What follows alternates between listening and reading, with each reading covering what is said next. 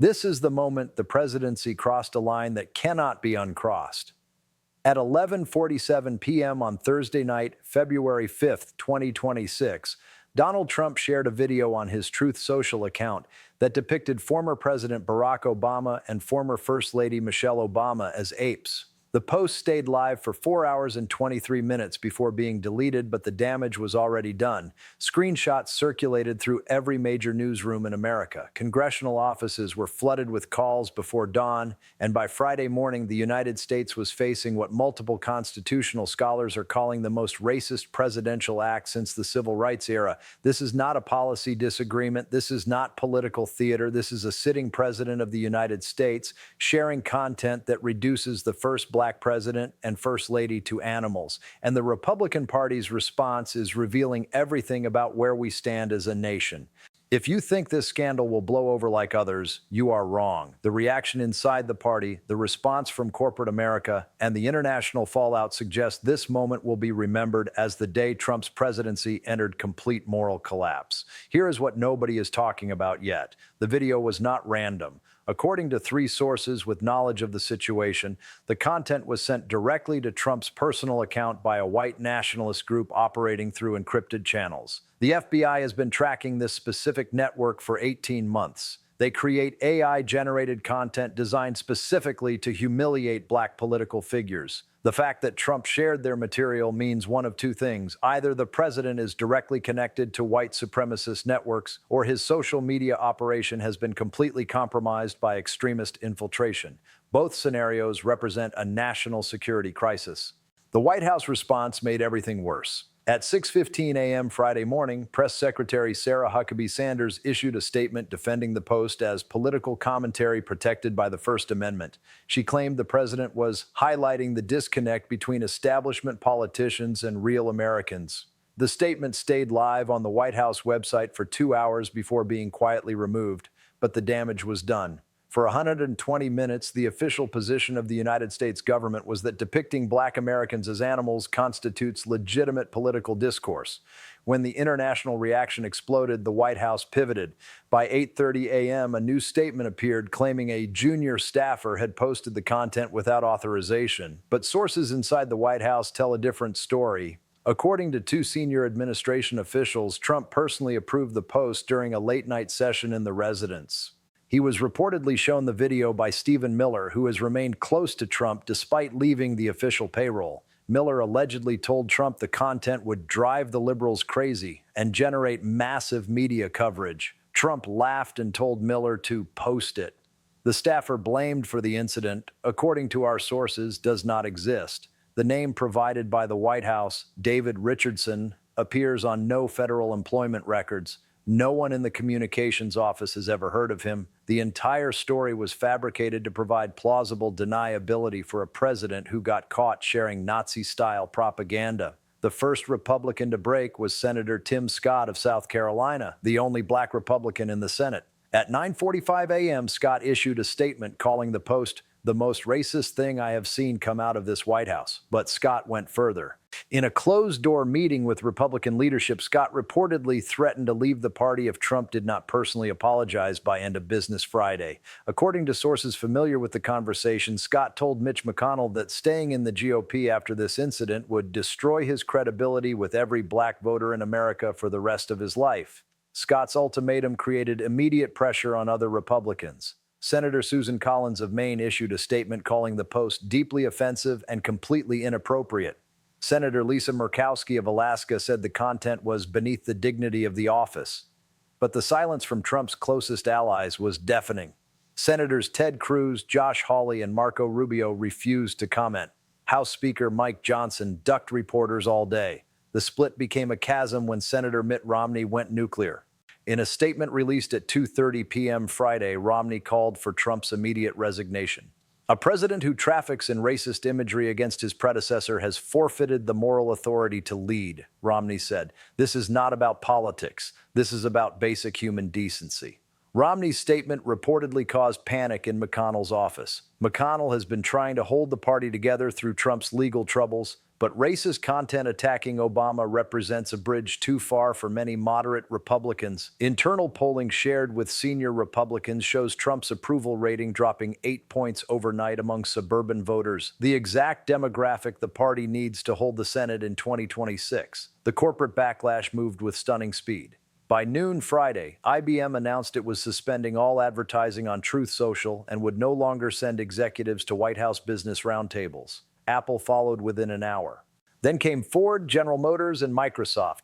By 5 p.m. Friday, over 30 major corporations had cut ties with either Truth Social or White House business events. The message was clear. Corporate America was distancing itself from a president who shares racist content. Disney's statement was particularly brutal.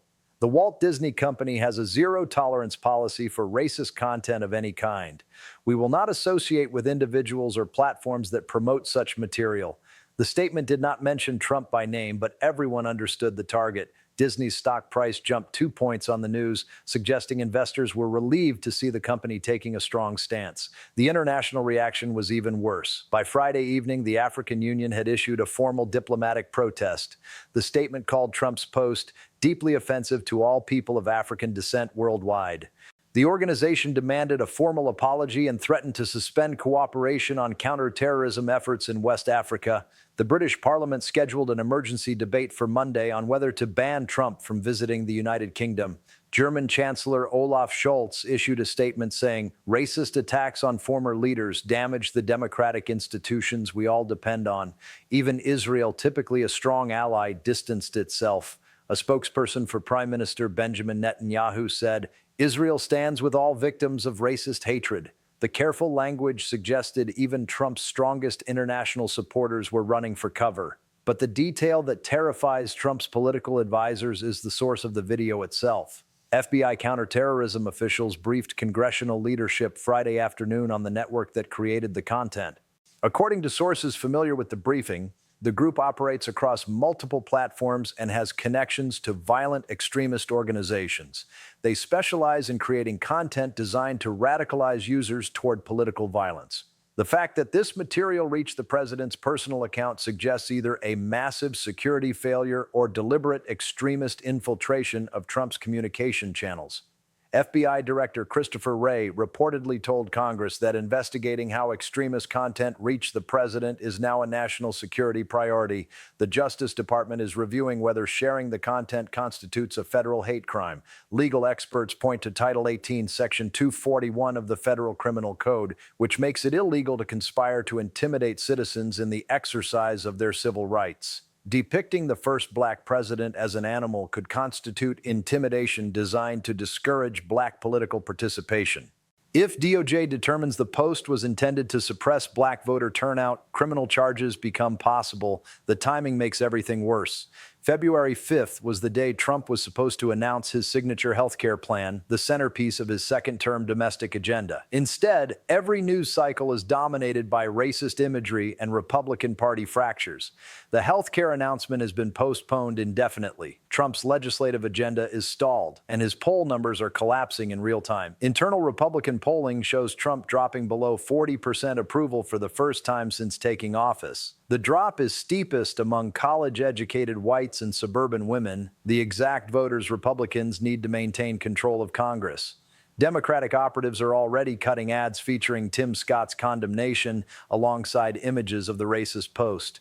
The contrast between Scott's dignity and Trump's degradation is politically devastating.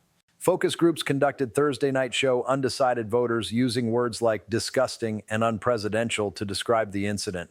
The fallout inside the White House has been brutal. Chief of Staff Susie Wiles reportedly threatened to resign Friday afternoon unless Trump issued a personal apology. Communications Director Stephen Chung was seen screaming at staffers about who approved this disaster. Multiple junior staffers have requested transfers to other government departments.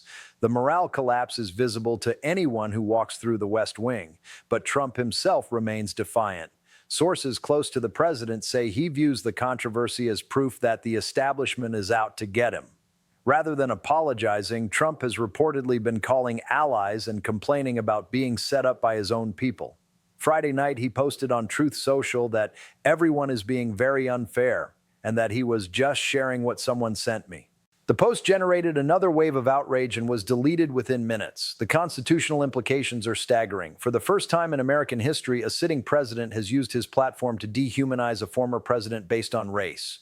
Constitutional scholars warn this behavior erodes the peaceful transfer of power that makes democracy possible. If presidents can attack their predecessors with racist imagery, the tradition of former presidents stepping back from politics collapses. Obama himself has remained silent, but sources close to the former president say he is deeply hurt by the attack. The Obama Foundation canceled a White House event scheduled for next week. The signal is clear. Obama will not dignify Trump's presidency with his presence after this incident. The economic impact is spreading. Truth Social's parent company stock dropped 15% Friday after major advertisers fled the platform. Trump Media and Technology Group faces a potential liquidity crisis if the advertiser boycott continues. Banking sources suggest major lenders are reviewing their relationships with Trump-affiliated businesses. The racist post has become a financial liability. Senate Republicans face an impossible choice: stand with Trump and lose suburban voters, or break with Trump and face primary challenges.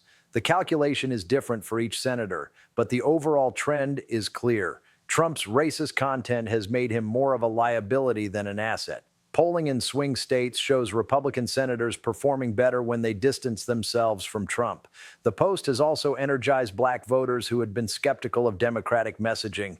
Civil rights organizations report massive spikes in voter registration and volunteer applications.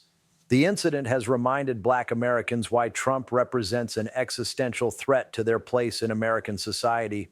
Democratic fundraising has exploded. The party raised over $8 million in the 24 hours after Trump's post, almost entirely from small donors motivated by outrage. The money will fund voter registration drives in black communities across swing states.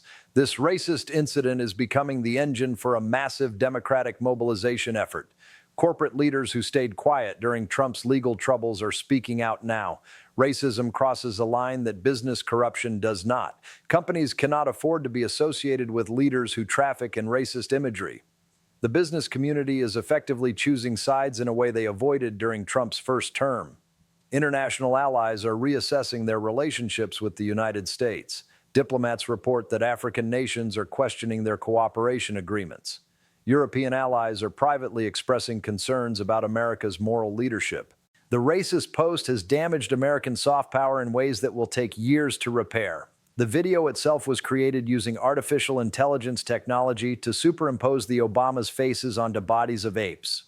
The sophistication suggests professional-level resources and technical expertise. This was not a crude meme created by random internet users. Someone with significant capabilities specifically targeted the former First Family for digital dehumanization. The FBI investigation will focus on identifying the original creators and determining how the content reached Trump's account.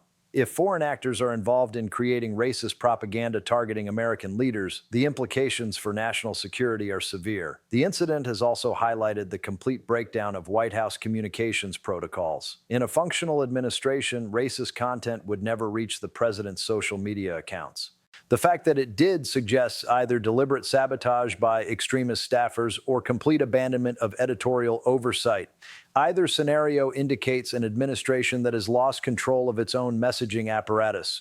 Republican donors are panicking. Major contributors report receiving hundreds of angry calls from corporate partners threatening to end business relationships. The racist post has made Trump politically radioactive in ways his legal troubles never did. Business leaders can rationalize supporting politicians with legal problems, but they cannot justify association with racist content. The fundraising implications are staggering. Trump's post has essentially ended his ability to raise money from mainstream corporate sources. Future campaign finance will depend entirely on small donors and extremist networks. This severely limits his political options and makes him more dependent on radical elements within his base. Congressional Republicans are privately discussing whether the racist post constitutes grounds for impeachment. While removal would be politically impossible, the symbolic vote would force every Republican to choose between supporting racist content or breaking with their party leader. Democratic leaders are reportedly considering whether to force this vote before the 2026 midterm elections. The timing of the post, coming just days after the Epstein files release and government shutdown, suggests an administration in complete crisis.